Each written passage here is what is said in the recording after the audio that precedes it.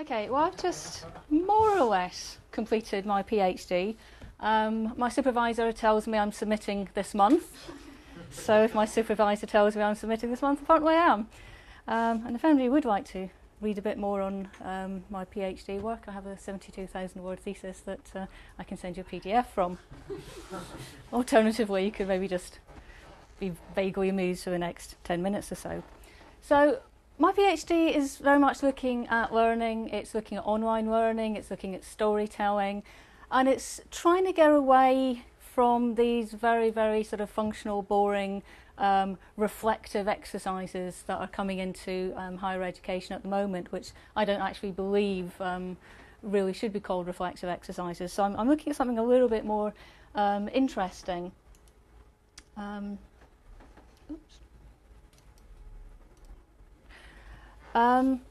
Learning, well, we still haven't, despite science fiction, we still haven't been able to actually upload all this information that we're supposed to learn to our brain. So we actually have to do it the hard way. We actually have to engage with our learning materials and actually do something. There's a growing move towards a constructivist approach in education these days. But in some ways, I think it's quite a false move. A lot of people are calling themselves constructivists, are saying, oh yes, we've got reflection. Oh yes, you know, Kolb's loop, we've got that going in our class. All our students are reflective learners. It's very, very easy to induce a surface approach to learning, and I think a lot of these processes run into the danger that they are doing that. And if we are trying to involve constructivist processes within the current educational climate, well, we're really up against it, because higher education is very, very much about instructivism. I mean, if you look at the environment we're in today, it's all about instructivism, it's not about constructivism. We're trying to have a discussion here, but it's pretty difficult to have a discussion when you've got rows and rows of people, and actually, you know, I can actually see you now. I've been looking at the backs of your heads, you know, I know through the backs of your heads more than I know through your faces. So my PhD research is looking at the learner, and with the emphasis on the learner, and actually trying to come up with reflective processes. Again, we've got this PDP processes. A lot of the time what's happening with that is, again, it's just people are coming out with check boxes. Yep, we've got these processes. Yeah, we've done it. We're great. So I've been looking for something a little bit more interesting.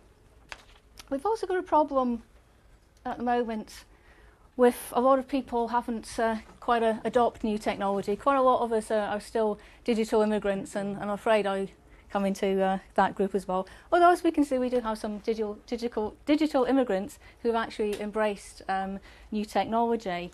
So we have to be careful in putting everything online, that we're actually, you know, those of us who are sort of, you know, a few years behind the rest, we need to catch up and we need to become adept at the new technology. Digital natives, on the other hand, well, I mean, they're more used to using technology, and some digital natives have been using it for a little bit longer than others, probably for as long as they can remember. But there is this danger in putting everything online, and we've touched on the VLE problem. And we all know there can be problems, you know, with computers. And I mean, the term virtual learning environment sounds great. But how many virtual learning environments are actually virtual learning environments? Probably none. And then people turn around and say, oh, well, yeah, I know it's just we're banging up the content and students can download this, that and the other, but we got these discussion forums. So, you know, they're discussing things, you know, all this constructive thingy-wingy going on. Yeah, I mean, reflection, it's all happening there. But when you actually look at those discussions, are they actually reflective discussions? Again, it's this problem of inducing surface learning. Can we be actually sure that these discussions are actually meaningful and they're not just talking about what happened in the latest episode of EastEnders? Blogging is also the next thing. Let's forget about VLEs. Blogging, it's the next buzzword. Every course is going to have its blog. They're increasingly being used, and they're increasingly being said, this is all about reflective learning, kind of replacing learning journals and stuff like that. But again, you've got a problem. Is if we take the octopus analogy here, I think blogs are like an octopus. You've got discussions going on that kind of the threads go across in tendrils, they double back in itself, they go way over here, way over there. Quite difficult to kind of keep track of things. And also our octopus here, No, it's got a spotlight, so you can see some of these threads and tendrils of discussion quite clearly. Other ones, way out in the distance, well, we've kind of forgotten about them, we're not quite sure what's happening. They actually could be the more interesting discussions. So again, we've got to be careful about saying blogging is the next kind of fantastic thing for students. What's actually happening? Are students learning? Is this productive? Can we actually provide some structure for these discussions? So what I'm proposing is a storytelling approach, and I've completed my PhD now, and I'm looking at changing and slightly adapting what I'm doing, and I'll get to that towards the end of the discussion. But what I'm proposing is that basically the future of storytelling is absolutely not going to be that, with apologies to anybody who is Welsh, but it's going to be this. It's going to be much more, this also is a problem because obviously we've got two students down there at the bottom and I do not know what they are discussing, and I presume we don't actually want to know what they're discussing.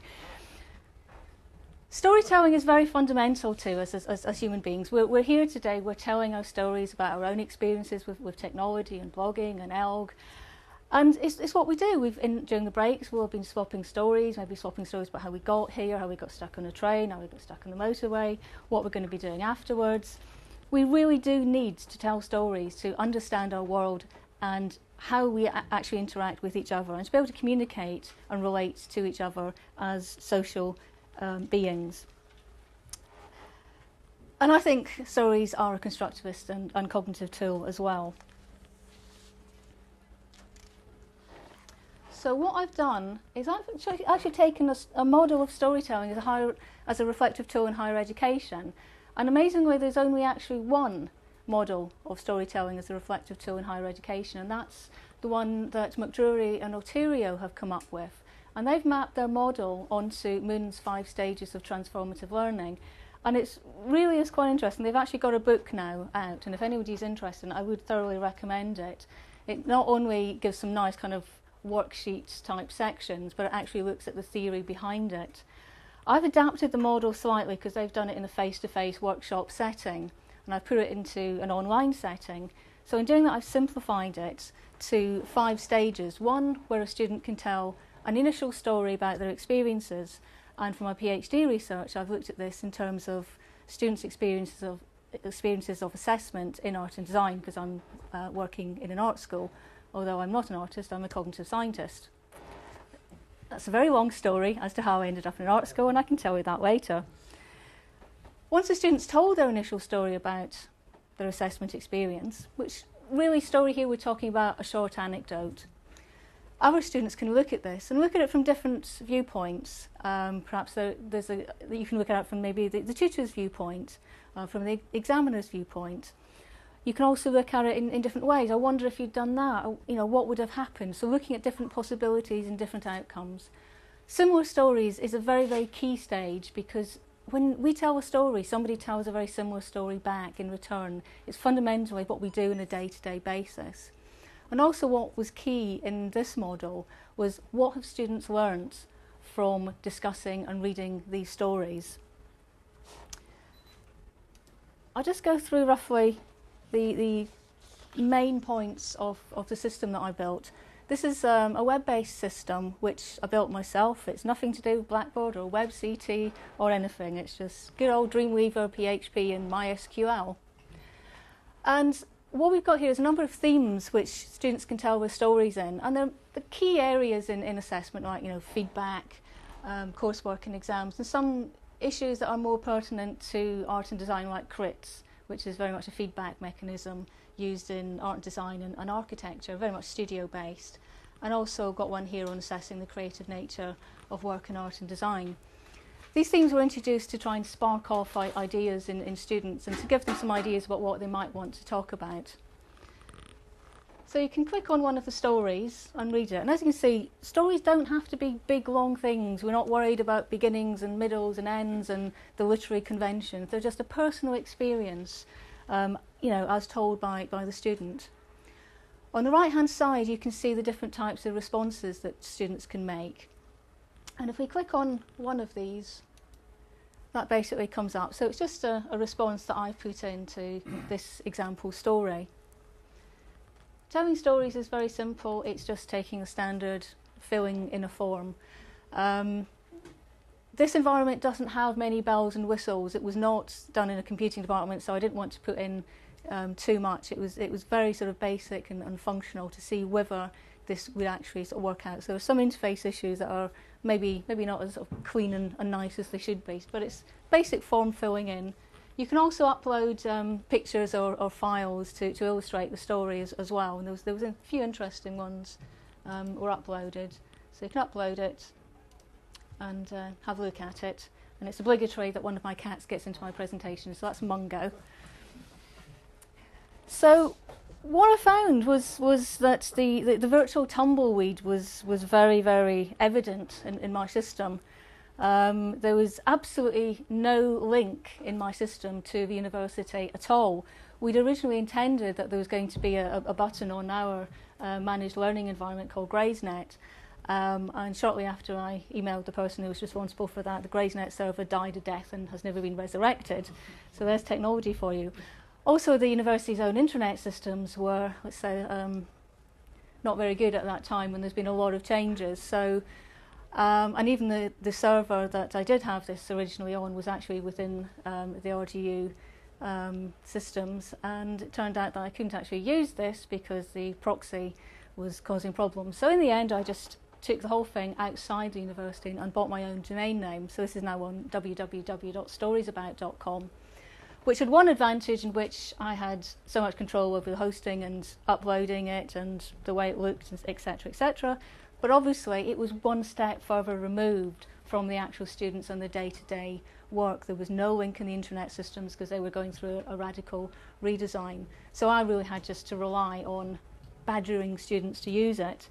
And it was quite difficult. And one of the main reasons was not because there was a problem with the model or the interface. They've all been tested out fairly successfully. The problem was the subject area itself, and that was assessment. It turned out that although students have got many, many interesting stories to tell about assessment, they're actually very scared about putting their experiences up. They feel that they're actually going to be judged on their own experiences. That was one of the reasons I was able to, I changed it from a login system to basically open access, so students could basically just use whatever anonymous nickname that they wanted to. But even then, they were still quite reluctant. There was still this fear that they were going to be identified in what they were saying. And some of the stories actually were quite emotional, they were quite strong. Students were actually trying to have a positive learning experience and were actually trying to take a deep approach to learning, but all these barriers that were being put in place were actually forcing them to take a much more surface approach, despite the fact that actually that's not what they wanted. So it was, the actual stories that were told were actually quite interesting. And when I actually opened it up, I was starting to get a few more stories. So I didn't actually manage to get this critical mass going, which was a shame. But I'm hoping to generalise the site a little bit and hopefully get a bit more debate going. So what I'm proposing for the next generation storytelling environment is something that is maybe a bit more blog-like. So going back to the fact that blogging has taken off, we're getting more and more digital natives growing up, and with a mouse grafted to the hand, we're going to get them surgically implanted soon. To actually have it much more blog-like, and perhaps rather than have only these 4 types of responses that students can make, have them as maybe reflective prompts.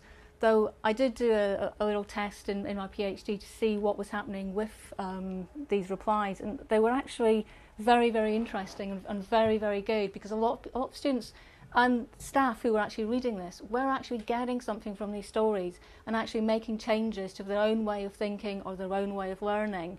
So maybe I'm slightly reluctant to get rid of these kind of hardwired in responses, but maybe having them as guided prompts might help.